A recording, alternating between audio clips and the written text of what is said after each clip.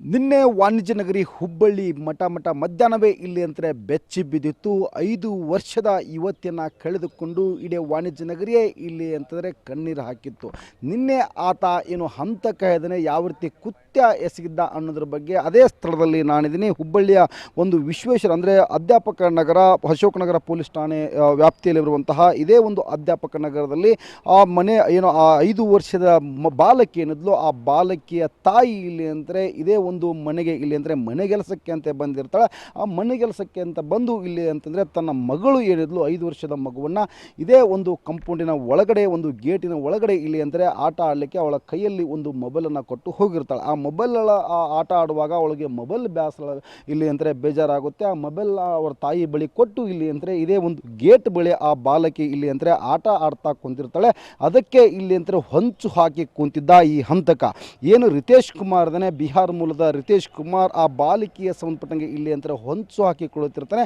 ಮೊದಲಿಗೆ ಅವರಿಗೆ ಒಂದು ಚಾಕ್ಲೇಟ್ನ ಒಂದು ಆಮಿಷವನ್ನು ತೋರಿಸ್ತಾನೆ. ಆಮಿಷವನ್ನು ತೋರಿಸಿಕೊಂಡು ಅವಳನ್ನು ಇಲ್ಲಿ ಅಂದರೆ ಎತ್ತಾಕೊಂಡು ಇಲ್ಲಿ ಅಂದರೆ ಹೋಗ್ತಾನೆ, ಕಿಡ್ನಾಪ್ ಮಾಡ್ತಾನೆ. ಆ ಕಿಡ್ನಾಪ್ ಮಾಡಿ ಹೊತ್ತುಕೊಂಡು ಹೋಗಿರುವಂತಹ ದೃಶ್ಯ ಅಂದರೆ ಹೊತ್ತುಕೊಂಡು ಹೋಗಿರುವಂತಹ ಜಾಗ ಯಾವುದು ಅಂದರೆ ಇಲ್ಲೇ ಒಂದು ಏನು ಇಲ್ಲಿಂದ ಅವಳನ್ನು ಕಿಡ್ನಾಪ್ ಮಾಡಿಕೊಂಡು ಒಂದು ಅಣತಿ ದೂರದಲ್ಲಿ ಕೇವಲ ಒಂದು 100 ಮೀಟರ್ ಅಂತರದಲ್ಲಿರುವಂತಹ ಒಂದು ಶೆಡ್ ಏನಿದೆ, ಆ ಒಂದು ಶೆಡ್ಗೆ ಇಲ್ಲಿ ಅಂತಂದರೆ ಕರೆದುಕೊಂಡು ಹೋಗ್ತಾನೆ. ಕರೆದುಕೊಂಡು ಹೋಗಿ ಪೈಸಾಚಿಕ ಒಂದು ಕೃತ್ಯವನ್ನು ಎಸಗಿ ಕತ್ತು ಹಿಸುಕಿ ಕೊಲೆ ಮಾಡಿ ಇಲ್ಲಿ ಅಂತಂದರೆ ಪರಾರಿ ಆಗ್ತಾನೆ.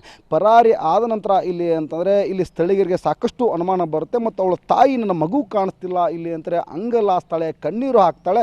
ಇದನ್ನು ನೋಡಿದಂತಹ ಸ್ಥಳೀಯರು ಎಲ್ಲ ರೀತಿಯಾಗಿ ಇಲ್ಲಿ ಅಂತಾರೆ ಹುಡುಕಾಟ ನಡೆಸ್ತಾರೆ. ಹುಡುಕಾಟ ನಡೆಸಿದಾಗ ಇಲ್ಲಿ ಅಂದರೆ ಇದೇ ಒಂದು ಪಕ್ಕದಲ್ಲಿ ಮನೆಯಲ್ಲಿ ಹಾಕಿರುವಂತಹ ಏನು CCTV ಏನಿದೆ ಅದೇ ಒಂದು CCTV ಒಂದು ದೃಶ್ಯಾವಳಿಗಳನ್ನು ಆಲಿಸ್ತಾರೆ. ಆ ದೃಶ್ಯಾವಳಿಗಳಲ್ಲಿ ಇದೇ ಒಂದು ಏನು ರಿತೇಶ್ ಕುಮಾರ್ ಹೇಳ್ತಾನೆ ಆ ಮಗುವನ್ನು ಇಲ್ಲಿ ಅಂತಾರೆ ಕಿಡ್ನಾಪ್ ಮಾಡಿಕೊಂಡು ಅಂದರೆ ಎತ್ತುಕೊಂಡು ಒಂದು ಚಾಕ್ಲೇಟ್ನ ಒಂದು ಆಮಿಷನ ತೋರಿಸ್ಕೊಂಡು ಆ ಒಂದು ಕಂಪೌಂಡ್ ಅಂತ ಗೇಟ್ನ ಒಳಗಡೆ ಇರುವಂಥದ್ದು ಕರೆದುಕೊಂಡು ಹೋಗಿ ನಂತರ ಇದೇ ಒಂದು ಶೆಡ್ನಲ್ಲಿ ಹೋಗಿ ಅವಳನ್ನು ಕತ್ತು ಹಿಸುಕೆ ಕೊಲೆ ಮಾಡಿರುವಂಥದ್ದು ಇದೇ ಒಂದು CCTVಯಲ್ಲಿ ಗೊತ್ತಾಗುತ್ತೆ. ನಿನ್ನೆ ಇಲ್ಲಿ ಯಾವ ರೀತಿ ಒಂದು ಘಟನೆ ನಡೀತು, ಏನು ಆಯಿತು ಎಂಬುದ್ರ ಬಗ್ಗೆ ಇಲ್ಲಿ ನಾನು ಸ್ಥಳೀಯರಿದ್ದಾರೆ, ಸ್ಥಳೀಯರನ್ನೇ ಇಲ್ಲಿ ಅಂತಾರೆ ಮಾತನಾಡಿಸ್ತೀನಿ. ಸರ್, ನಿನ್ನೆ ಹೇಗಾಯಿತು ಸರ್ ಘಟನೆ, ಏನು ಸರ್ ಇದು? 10 ಸುಮಾರು ಅವ್ರ ತಾಯಿ ಇಲ್ಲಿ ಮನೆ ಕೆಲ್ಸಕ್ಕೆ ಬಂದಾರ್ರಿ. ಬಂದು ಮಗು ಆಟ ಆಡೋ ಮುಂದೆ ರಿತೇಶ್ ಕುಮಾರ್ ಯಾರು ಅಂದಿರಲಿ ಈಗ ಅವರು ಅವೇನೋ ಆಮೇಶ ತೋರಿಸಿ ಅವ್ರಿಗೆ ಮಗುನ ಕಿಡ್ನಾಪ್ ಮಾಡ್ಕೊಂಡು ಬಂದಾನ್ರಿ. ಬಂದ ನಂತರ ಇನ್ನು ಅವರೆಲ್ಲ ತಾಯಿ ಎಲ್ಲ ಹೋರಾಟ ಮಾಡಿ ಅವರೆಲ್ಲ ಕಂಪ್ಲೇಂಟ್ ಮಾಡಿದ್ಮ್ಯಾಗ CC ಫುಟೇಜ್ನಾಗ ನೋಡ್ಯಾರ್ರಿ. ನೋಡಿದ್ಮ್ಯಾಗ ಅವ್ರು ಇಲ್ಲಿ ಸಿಕ್ಕಾನ್ರಿ. ಸಿಕ್ಕಿದ್ಮ್ಯಾಗ ಕೇಳಿದ್ರೆ ಗೊತ್ತಿಲ್ಲ ಅಂತೇಳಿ ಇದು ಅಂದ್ಕೊಂಡು ಪೊಲೀಸರು ತೊಗೊಂಡೋಗ್ಯಾರ್ರಿ.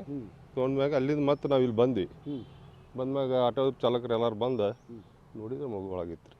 ಏನಾಗಿತ್ತು ಮಗುನ ಪರಿಸ್ಥಿತಿ ಹೇಗಿತ್ತು ಒಳಗೆ? ಇಲ್ಲ, ಪ್ರಜ್ಞೆ ಇದ್ದಿದ್ದಿಲ್ಲ ರೀ. ಮಗು ಪೂರಾ ಪ್ರಜ್ಞೆ ತಪ್ಪಿದ್ದಿಲ್ಲ ರೀ. KMC ತೊಗೊಂಡೋದ್ರಿ?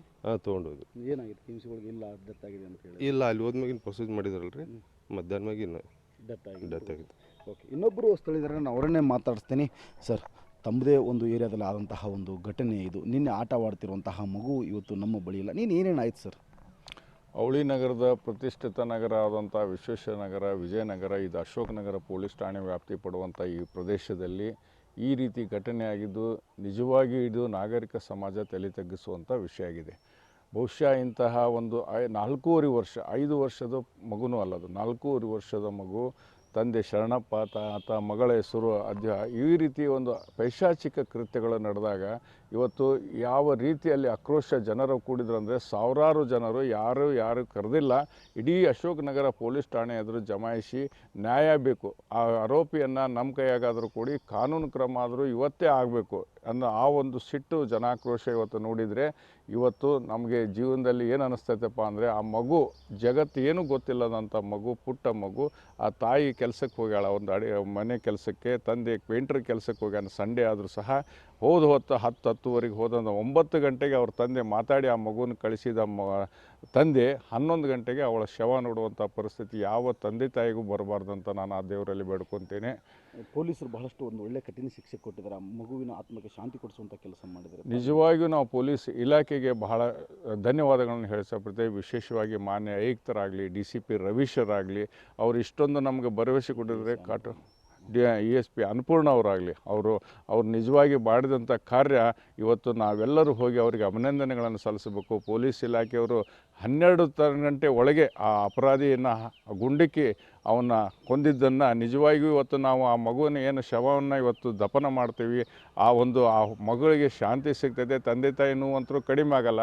ಆದರೆ ಆ ಮಗುವಿಗೆ ಆರೋಪಿ ಸತ್ತಿದ್ದನ್ನು ಇಡೀ ಸಮಾಜ ಅನೇಕರು ಖುಷಿಪಟ್ಟರು ಮತ್ತು ವಿಶೇಷವಾಗಿ ಪೊಲೀಸ್ ಇಲಾಖೆಗೆ ನಮ್ಮ ಕೋಟಿ ನಮನಗಳನ್ನು ನಾನು ಈ ವೇದಿಕೆ ಮುಖಾಂತರ ಅರ್ಪಿಸ್ತೇನೆ. ಧನ್ಯವಾದ. Thank you sir, thank you.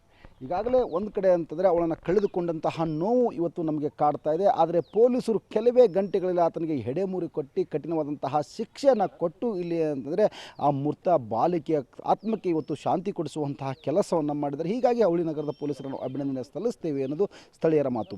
Camera person ಬರ್ ಜೊತೆ ಯಲ್ಲಪ್ಪ ಸೋಲರಗೊಪ್ಪ, TV5 ಹುಬ್ಬಳ್ಳಿ.